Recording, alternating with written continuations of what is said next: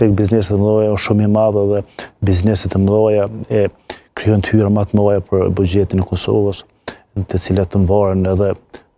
administrata, shëndetësia, ushtria, policia, kaderitë pensionale, asistencat sociale apo kategoritë me asistencë sociale dhe gjitha aspektet që funksionalizohet shteti. Në këtë rast,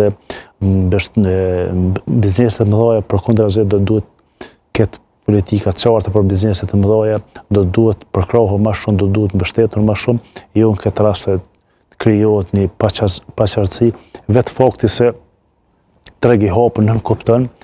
transparencën numër 1. Dhe në parim përdoret në ekonomi që në ekonomi do të luhet akterët me letra mbi tavolinë, letra të hapur,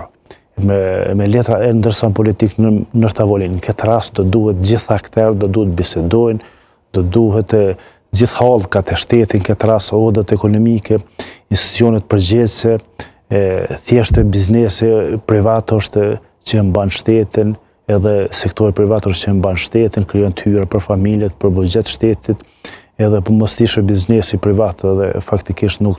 s'kish me pas as ekonomi fare. Në këtë rast do duhet mbështetur biznesin privat, në këtë rast sidomos bizneset e mëdha të cilat i godit më shumë sepse bizneset e vogla nuk kanë, edhe në këtë rast do duhet krijoj konkurrencë. Nëse s'ka konkurrencë, nuk ka treg. Faktikisht aty veç ka monopol. Duhet ju ndërprej këto për shkak që është një interesim i madh për me ditë çka do të thonë kjo dalja në treg lirë. Ai bën që kanë me ushtrinjtu edhe produktet shërbimet bazë për këtyre bizneseve? Po, se ka në fillim. Thjesht kanë me ushtrinjtu produkte, sidomos ndërmarrjet prodhuesa, dhe kemi shumë pak ndërmarrjet prodhuesa, ato të mëdha do të rriti kosto, sepse nuk kanë çmim të rregulluar në bazë të keskës, që i ofrohet, po ato të cilat pak oferta kanë apo të cilat i ofrohen me një çmim të parregulluar. Ai vendosin pastaj edhe çmimet në bazë që të duan bizneset vetë. Normal, tash kemi disa lloje çmime që formohen. Në këtë rast tek ndërmarrjet prodhuesës që formohen çmimet e prodhimit, që forcat e ofertës me kërkesës e në çmimet e prodhimit. Mirë, po ku të ka kostot mëdha të prodhimit, ai në çdo ndërmarrje motën e ka edhe themelohet për e ka si qëllim fitimin. Edhe funksionon bazë ligjeve komerciale, ligjeve ekonomike, në këtë rast momenti ku ka shpenzimet e kostos, në këtë rast prodhimit edhe të energjisë elektrike, në këtë rast shumë mëdha, faktikisht edhe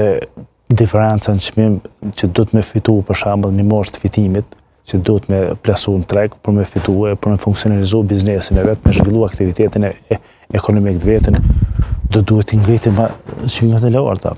Për shembull kemi produkte elementare bazike dhe janë të larta për shkak se 70-80% importohen jashtë Kosovës, që ndikon shpenzimet vashta të cilat janë transporti, doganat, shpenzimet administrative, pastaj kemi marrë tregtare, edhe si ka shumë pak prodhim e kemi çmimet tregtare, domethënë sipas marrës tregtare, sipas çmimeve sipas marrës prodhimit. Nëse kish me pas prodhim, nëse kish me pas ofertë në brendshëm, kish me pas çmimet prodhimit, domethënë